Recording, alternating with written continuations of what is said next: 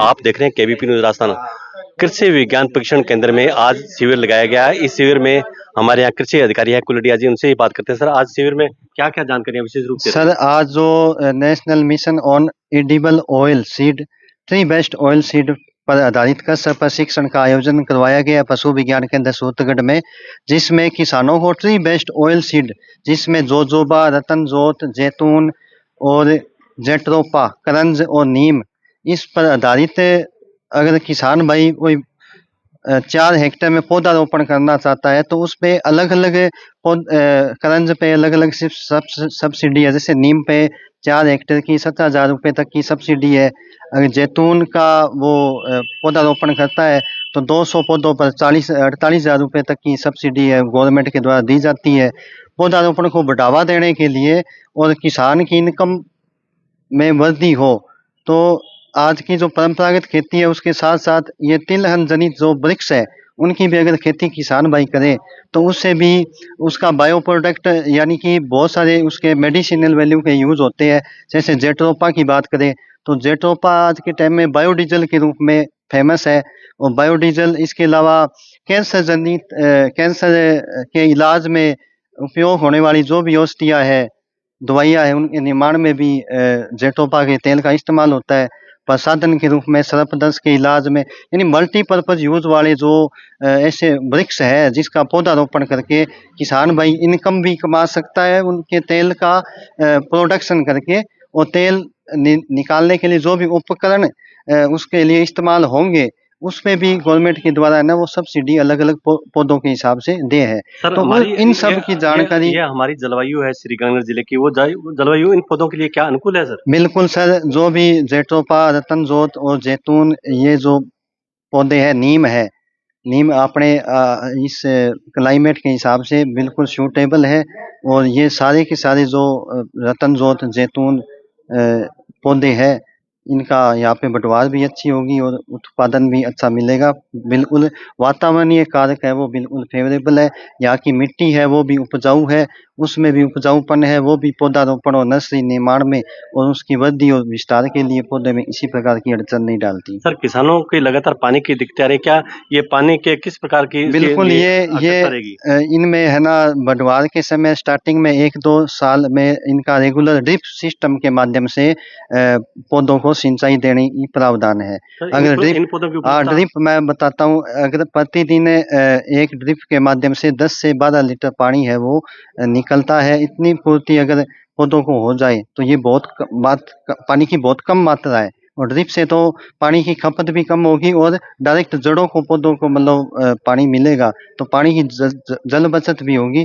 और एक बार बढ़वार हो गई पौधों की 1 साल में, उसके बाद वातावरण कंडीशन के हिसाब से जड़ें नीचे जाती है और ऑटोमेटिक वातावरण में जो भी नमी है उसको सोख कर वो पौधा बढ़वार करेगा।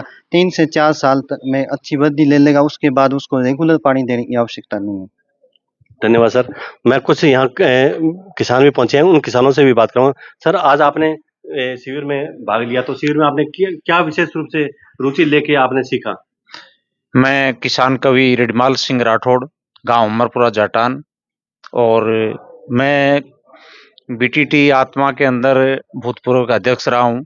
इसलिए मैं हमारे जो कृषि विभाग के जो भी जितने भी अधिकारी हैं उन्होंने जो ज्ञान की गंगा बहा रखी है, जो हमारे किसान मित्र हैं, बहनें हैं, सबको बड़ा ज्ञान देते हैं और एक एक छोटी छोटी चीजें बारीकी से बतला करके। और हमारे जो भारतवर्ष है इसके अंदर अन्न की कमी थी, जो हमारे भारत के अंदर जो किसान अन्न पैदा करते थे उनको इतना सूक्ष्म बना दिया कि आज हमारे भारत देश से जो अन्न है उसका निर्यात हो रहा है और इतना हमारे भारत देश के अंदर समृद्धि है। हमारी बहनें हैं, पशुपालन है और सब प्रकार की जानकारी है वो हमारे किसानों को हमारे कृषि विभाग के अधिकारी देते हैं। मैं तहे दिल से आप सबका इनको और धन्यवाद देता हूं। इसलिए एक बार जोरदार तालियों से अभिनंदन हमारे कृषि विभाग के अधिकारियों को। और मैं ज़्यादा समय न लेकर के हमारी जो बहनें खड़ी हैं इनके ऊपर मैंने लिखा हुआ, जो आजकल बेटा और बेटियों में फ़र्क रखते हैं, तो बेटा बेटी में फ़र्क नहीं रखना चाहिए। और बेटा बेटी में फर्क नहीं रखना चाहिए। इसलिए मैं एक छोटी सी रचना 2 लाइन की आपके सामने प्रस्तुत करूंगा। रचना में लिखा है कि हे मानस के राजहंस तूने क्यों ऐसा मोड़ लिया, नन्ही बगिया में खिला फूल खिलने से पहले क्यों तोड़ लिया, खिलने से पहले क्यों तोड़ लिया। बेटा बेटी में फर्क समझ, बेटा बेटी में फर्क समझ, अरे बेटी को कोख में ही मरवा डाला। हत्यारा तू बन गया पापी, हत्यारा तू बन गया पापी, सो अपनी जान कहां छुड़ाएगा। अरे अपने इस बेटे के खातिर नई नवेली दुल्हन कहां से लाएगा। तिनक सोच जरा, तिनक सोच जरा आने से पहले, बोल तेरा क्या उजाड़ा था, जो सब कुछ पहले ही मिटा डाला।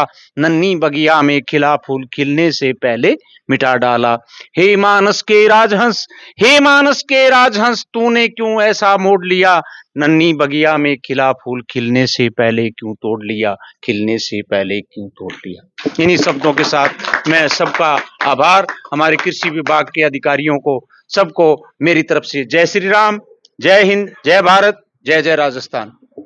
बहुत ही सुंदर मार्मिक कविता, बेटी नहीं तो बहू कहाँ से लाओगे, ऐसी इस बात की सीख दी है इन्होंने कि लगातार बेटियों का कोख में कन्याओं का कत्ल होता है।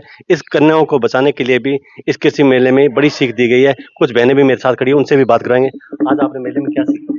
शिविर में शिविर में आज हमने भाग लिया, जिसमें मेरी कृषि सखी बहनें और पशु सखी बहनें भी उपस्थित हुई और उन्होंने तेल जनित जो पौधे होते हैं उनके बारे में जानकारी ली। उसके बारे में महेंद्र सर ने और जाखड़ सर ने बता दिया था और एक हमें खेजड़ी के पौधे के बारे में जानकारी मिली। उस वैरायटी का नाम, पौधे का नाम है खेजड़ी का थार शोभा, जो कम ऊंचाई पे जाती है और उसकी सांगरी होती है, ज्यादा समय तक चलती है और पकाओ कम लेती है। तो हमें बहुत अच्छी जानकारी मिली इससे और कीमत उसकी है 1200 रुपए किलो के हिसाब से बाजार में मिलती है। इसलिए उन्होंने हमें बताया कि भी अपने खेती के अलावा या पशुपालन के अलावा महिलाएं खेजड़ी के पौधे का रोपण करके अलग से अपना बिजनेस तैयार कर सकती है, जिसमें खेजड़ी के तैयार सांगरी होती है, उसको सुखा के अब पैकिंग करके तो अपना बिजनेस तैयार कर सकती है महिलाएं। बहुत ही सुंदर बात बताई। राजस्थान का जो शमी वृक्ष है खेजड़ी राज्य वृक्ष भी कहलाता है, जो कि सबसे बड़ी बात है कि देश की महिलाएं किस प्रकार सामर्थ्यवान बने। और राजस्थान की तो महिलाएं वैसे ही पूरे भारतवर्ष में अपनी एक अलग पहचान रखती है। वह किसान पहुंचे हैं, उन्हीं से बात करवाते हैं कि आज शिविर लगाया गया, इस शिविर में उनके क्या अनुभव रहे।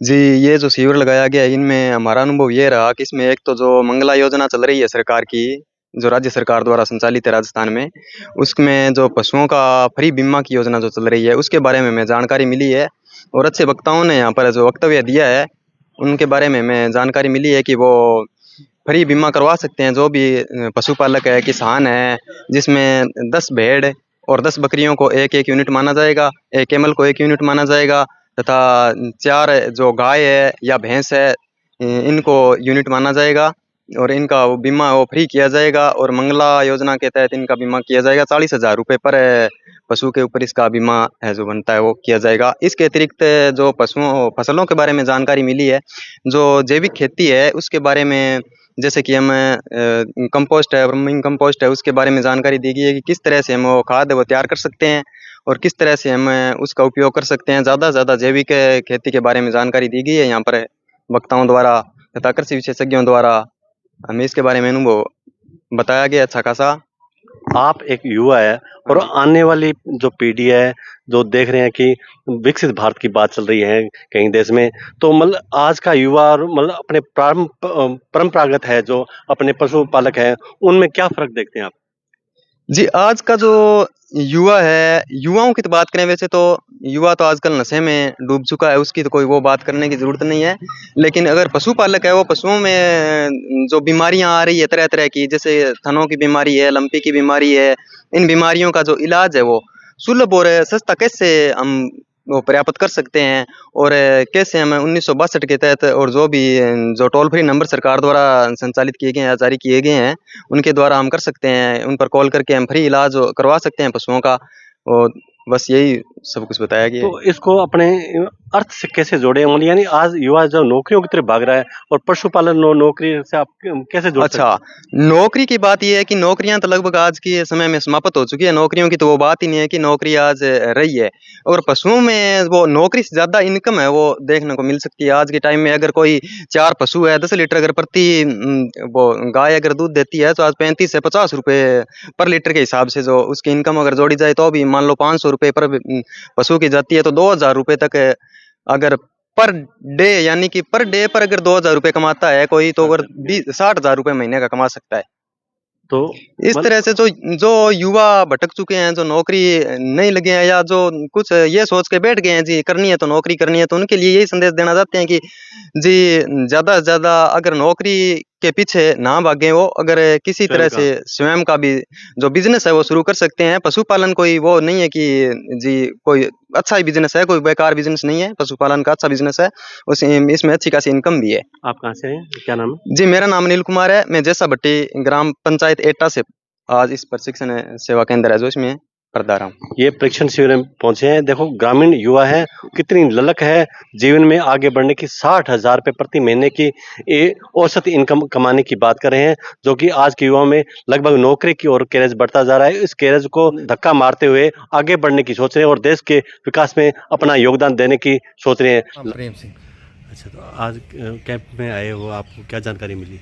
यहाँ जैविक खेती के लिए और तिलन खेती, जो अपनी तेल वाली खेतियाँ हैं ना, फसलें हैं, जैसे सरसों है, जोजोबा है, नीम का है, इसके लिए सरकार के अनुदान जो दिए जा रहे हैं उसके बारे में पूरी जानकारी मिली और उसको करने के लिए किसानों को प्रेरित किया। तो इस बारे में आपका आज ऑर्गेनिक खेती का जो ट्रेड चल रहा है। हाँ, ऑर्गेनिक का भी चल रहा है। तो ऑर्गेनिक भी इसलिए जुड़ी है, रासायनिक का बहुत मारो मार हो गया, इसलिए ऑर्गेनिक खेती पर आना जरूरी हो गया। इसलिए थोड़ा थोड़ा करके सभी उजागर की करवा रहे हैं। जो हमारे यहाँ महेंद्र जी हैं और डब्लो जी, बाकी कृषि सहायक दूसरे भी हैं कई और, वो भी दीपा जी वगैरह, सब ने मतलब अच्छी जानकारी दी। और नशा एक और है, नशा विभाग से आए थे संजीव भारद्वाज। हाँ, उन्होंने हमें नशा मुक्ति के लिए भी प्रेरित किया और वो भी अच्छी जानकारी मिली है। मतलब आज का अनुभव कैसा रहा आपका? हाँ जी, आज का अनुभव कैसा रहा? बहुत अच्छा रहा। ऐसा है कि ये चीज़ें अपने को अपनानी ही पड़ेगी अगर जीवन आगे जीना है तो। बाद में केंचुआ खाद दिया है, केंचुआ खाद जिका गोबर के खावा ने फिर बाद इसी ने कोई कीड़ा नाम ये प्रजाति है, लाल कलर की सियावर बाद लगातार काम करे। इन भी अपन जितनी भी अगर जैविक करना चाहो नहीं, थारे ने दो चीजें विशेष तौर होनी चाहिए। एक तो थारे ने पानी की सुविधा होनी चाहिए, दूसरी थारे ने छाया की सुविधा होनी चाहिए। जितनी भी चीजें तैयार करोगे अपन छाया और पानी बहुत ही ज्यादा जरूरत पड़ा है। ठीक है, आज थारे के लिए होगी काम है तो अपन जमीन में प्रोवाइड करवाया है। सूक्ष्म जीव भेड़ा कर दिया, कंपोस्ट घेर दी, वर्मी कंपोस्ट घेर दी, गड्ढारी खाद घेर दी, आज तो अपन मिट्टी में उगा दिया। लेकिन बाई द वे ऊपर में पोषक करता हूं, आवश्यकता पड़ेगी तो अपन देख रहा, तो अपन करांगे पंचगव्य तैयार कर लियो। पंचगव्य का मतलब सीधो सी है 5 गा की चीजें हैं। 5 गा की चीजें क्या है? एक तो चाहिए को, एक घी चाहिए। अब घी को नाम लेते याद आ तो मन में आके 12 रुपए किलो मिल रहा है। वो घिया का सस्तो कैसे आपको लास्ट में बता दूंगा, सस्तो घी है। पुराने टाइम में घी का देश का ब्रेड होता करे, होता नहीं सुने होगा दे, मैं देखे तो कहीं देखा जब आदमी देखा भी होना है कि घी का देश का होता है कुंड ब्रेडी रहती। आज भी पुराने की कुंडा तो घरे बड़ी है, लेकिन मालूम है घी को नहीं। तो अगर दी तो महंगा होता तो घरे कुंड थोड़ी लाती। पहले यार पुराने बूढ़िया के कहता घी में लाइट ढूंढती है लेकिन पानी नहीं ढूंढती है। तो घी अगर दी तो महंगा होता, आज पानी तो अपन नहान जाओ तो इधर 10 बाल्टी ढूंढ यहाँ 2.5 करोड़ दे तुम्हारा चला के ऊपर 4 किलो गोबर लेने वाले के अंदर पानी नहीं ले रहा हूं।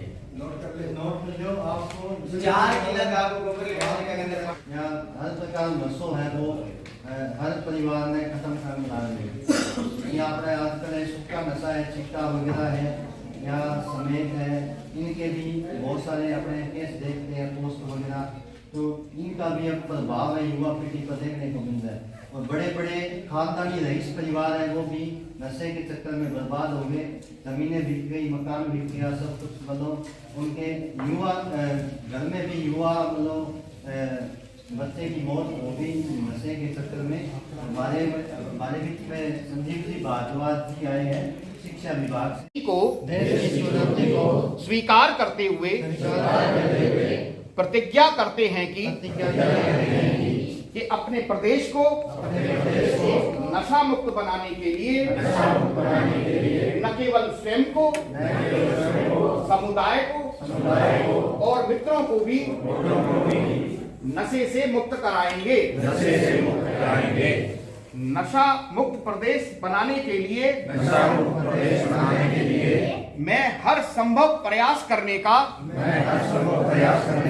संकल्प लेता हूं। धन्यवाद। आप लोग अपना अपना आसन ग्रहण करें। अपने गिरफ्त में ले रहा है और नशे से अपने बच्चों को बचाना है और अपने क्षेत्र की जो युवा पीढ़ी है उसको भी जागरूक करना है। अगर वो नशा करता है तो उसको विनम्र तरीके से छुड़ाने का प्रयास करें। और जो भी संजीव जी ने आपको नशे से होने वाले दुष्प्रभाव के बारे में महत्वपूर्ण जानकारी दी, आशा करते हैं कि आप इन सभी जानकारियों को अमल में लाओगे। हम चाहते हैं कि आपको पशुपालन विभाग की छोटी से छोटी जानकारी हम आप तक पहुंचाएं और आप जो अभी तत्काल एक जो सूचना है जो आपको लेनी चाहिए। अभी मुख्यमंत्री मंगला पशु बीमा योजना चल रही है जिसका आज अंतिम दिवस था, लेकिन अभी अभी मीटिंग में पता चला 10 दिन और बढ़ा दिया गया है। तो इसके तहत आप कोई भी 2 गाय 2 भैंस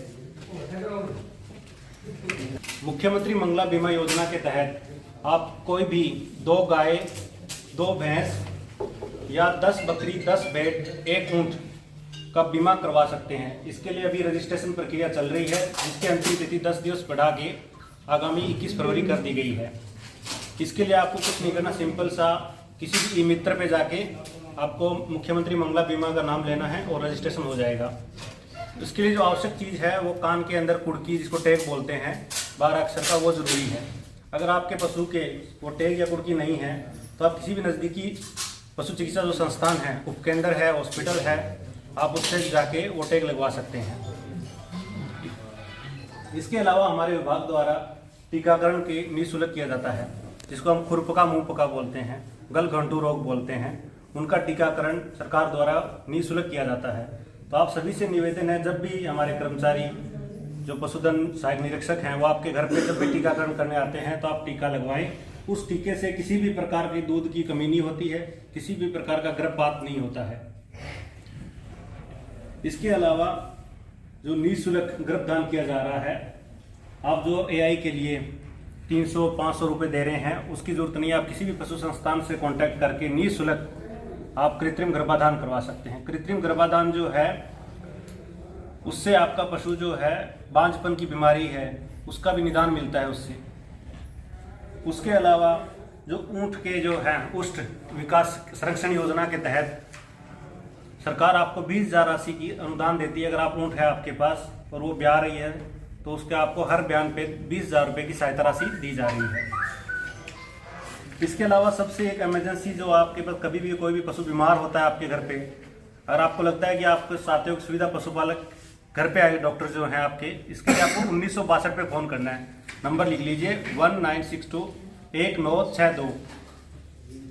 ये मोबाइल यूनिट बोलते हैं इसको, इमरजेंसी में जब भी कोई है ना 1962 पे फ़ोन करना है। आपको आपका गांव का नाम बताना है जो आपका राजस्व विभाग का है, जैसे 4 BKM 3 BKM SHPD जो भी है ना वो वाला रिकॉर्ड में है, तो आपको वो वाला नाम बताना है। वो एम्बुलेंस आपके घर पे आएगी, निःशुल्क दवा दे के जाएगी, है ना। जो भी है उनको कोई भी किसी प्रकार का शुल्क नहीं है उनके ऊपर। 1962 1962 1962। अपने यहाँ सूरतगढ़ में 2 एम्बुलेंस है, एक ये राजेसर जो इस साइड है टिबा बेल्ट के लिए है और एक इस साइड जो है दोनों के लिए है। तो आप कभी भी 9 से 5 कॉल किए आपके घर पे जाएगी। ये कॉल जो है पहले जयपुर जाता है, वहाँ से आपको रिकॉर्डली आपका नाम बताना है कि ये नाम है, तो आपका एक टिकट जनरेट होगा। वो टिकट आपके मोबाइल पे मैसेज आ जाएगा। उसके बाद वो आपके जो है डॉक्टर साहब उनका फ़ोन आएगा और वो आपके लोकेशन पे पहुँचेंगे, पशु का उपचार करेंगे और उसके बाद आपको जो है फीडबैक भी मांगते हैं। अगर आपको लगता है कि डॉक्टर एक LS से ड्राइवर 3 लोग आते हैं, अगर आपको लगता है कि ठीक नहीं हो रहा है या प्रॉपरली डॉक्टर नहीं आए हैं तो भी आप हमें वापस बता सकते हो नंबर पे। और वो निःशुल्क उपचार होगा अगर आपसे। इसके अलावा किसान क्रेडिट कार्ड भी आ रहा है। आपको एक गाय पे 40,000 रुपये तक की सरकार लोन लेने की सुविधा देता है। तो आप 4 पशुओं पे 1,60,000 रुपये तक का किसान क्रेडिट कार्ड ले सकते हैं बैंक से। इसके अलावा तो कुछ बीमारियों के बारे में बता देता हूँ जो कॉमनली थनैला बोलते हैं जिसको, और या थनैला, जो मुख्य रूप से व्यापक बीमारी है। ये अपने पशुपालन में सबसे जो बीमारी है उनमें से प्रमुख पे है थनैला। थनैला रोग जो है वो किसी भी बैक्टीरिया, जिसको जीवाणु कीटाणु बोलते हैं, उसके होता है। वो क्या करता है, जब भी कोई जीवाणु या कीटाणु जो थन है उसके अंदर पहुंच जाता है, जैसे हम क्या करते हैं बेसिकली गाय का दूध निकाल लेते हैं, तो उसके बाद क्या होता है, वो सुराख जो होता है वो खुला होता है और गाय नीचे बैठ गई अगर, ठीक है, तो वो किसी भी तरह से बैक्टीरिया कीटाणु अंदर चला जाता है और वो रोग जनरेट करता है। तो जब भी आपको लगे थनैला है, किसी भी झाड़ा फूंक किसी भी चीज़ की जरूरत नहीं होती है, एक बैक्टीरियल रोग है, इसका पूर्ण रूप से अपने पास इलाज है। तो आप नज़दीकी जो भी पशु चिकित्सक या पशु चिकित्सक है उससे ट्रीटमेंट करवाएं। किसी भी तरह का पैरावेट जो है ऐसे होता है ना कि बिल्कुल झोला छाप लिया या हाई एंटीबायोटिक रिकमेंड कर देते हैं वो लोग जाके कि अब ये महंगा टीका लगा लो एक बार में ठीक हो जाएगा, तो वैसा ट्रीटमेंट नहीं करवाना है। बिल्कुल बेसिक से बेसिक सस्ता ट्रीटमेंट होता है वो करवाना है। आप महंगे के चक्कर में जाते हो, फिर अगली बार जब भी उसको थनैला हो गया तो वो ट्रीटमेंट काम नहीं करेगा, ठीक है। इसलिए कम से कम औषधि में ठीक होने वाली बीमारी है। और अगर इलाज चाहिए कि बिल्कुल भी थनैले का, तो आप सीटा मिश्री और नींबू जो आता है ना, हर जगह मिलता है सीटा मिश्री और नींबू, उसका उपयोग करें, बिल्कुल ठीक होगा। बेसिक से स्टार्टिंग स्टेज है तो सीटा मिश्री आता है, नींबू आता है, उसका सेवन कराएं। उसकी विधि विधि वही, हाँ, सीटा मिश्री और जो नींबू होता है उसको मिला के सुबह शाम दोनों टाइम आपको 10-10, 20-20 ग्राम जो है वो देना है। और जब भी आप पशु को नाल देते हो, मुंह में पकड़ के कुछ चीज़ खिलाते हैं ना आपने, तो आपको सीधा सा ध्यान रखना है उसको जीभ नहीं पकड़नी है ना। अगर आप उसकी जीभ पकड़ लेते हो ना तो उसके फेफड़ों में चला जाता है, तो उससे फिर आगे ड्रेंजिंग निमोनिया स्टार्ट हो जाता है। तो जब भी आप कुछ खिला रहे हो, अगर नॉर्मली खा रहा है तो ठीक है, कोई पाउडर या औषधि आपको देनी है तो उसकी जीभ पकड़ के नहीं देना है। उसके अलावा एक बांझपन की बीमारी बहुत ज़्यादा है, हाँ, नींबू सत्व या नींबू का? इसके अलावा एक बांझपन की बीमारी जो बहुत ज़्यादा है, तो बांझपन की बीमारी नर और मादा दोनों से हो सकती है, ठीक है। तो पहले अपने बात करते हैं नर पे। जो सांड है या हम जो AI जो टीका रखवा रहे हैं उससे भी हो सकता है कि वो बीमारी हो रही हो। गाय आपकी नॉर्मल है लेकिन आपका जो रखने का तरीका है, जो टीका रख रहा है वो सही तरीके से नहीं रख रहा है, या उसके पास जो स्ट्रो है वो खराब हो रखी है और आपके घर पे रख के चला गया, तो वो टीका काम नहीं करेगा। या जो सांड है वो सही प्रॉपर नहीं है, वो खुद बीमार है, तो हो सकता है कि आपकी गाय जो है वो नहीं रह रही हो। ये तो हो गई अलग बात। उसके बाद होता है अगर वो गाय बीमार है तो क्या, आपको सबसे पहले अगर पहली बार होगी 4 साल की गाय होगी, अब भी वो नहीं रह रही है, तो आप एक बार चेक करके पशु चिकित्सक से चेक कराएं। हो सकता है उसकी एनाटॉमिकली डिफेक्ट आ रहा, कोई शरीर में ऐसी संरचना हो जो नहीं बन पा रही हो, तो पहले वो चेक करवाएं। उसके बाद उसका जो है मिनरल मिक्सचर है वो स्टार्ट कराएं। किसी भी चीज़ में हो सकता है विटामिन A की कमी हो, ठीक है, तो वो समय मिनरल मिक्सचर है वो स्टार्ट करवाना चाहिए पशु के लिए। उसके अलावा अगर पशु जो है मेला घेर रहा है, उसको मेले को भी देखना चाहिए, वो मेला किस तरह का है। अगर मेला साफ है, जैसे कांच की ग्लास का होता है ना, वैसा एकदम बिल्कुल साफ, तो ही गाय रहेगी। अगर उस मेले के अंदर किसी भी प्रकार का कोई डोट है, कोई मवाद आ रही है, तो आपको सफाई करवाने की जरूरत है, तो वो गाय नहीं रहेगी। इसके लिए आपको सबसे पहले उसकी सफाई करवानी पड़ेगी, ठीक है। जो मेले का जो पानी है वो एकदम पूरा लंबा रहेगा, ऊपर गाय खड़ी है ना तो नीचे तक पानी जाएगा।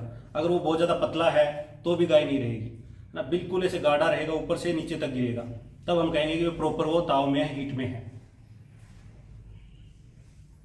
तो सबसे अगर जब सारा कुछ कर लिया हमने फिर भी नहीं रहा, तब आता है हार्मोन ट्रीटमेंट, है ना। हम मिनरल मिक्सचर भी दे के देख लिया, हमें एनाटॉमिकली चेक किया सही है, उसके बाद आते हैं हार्मोन थेरेपी, जो एक पशु चिकित्सक जो है उसकी देखरेख में की जाती है।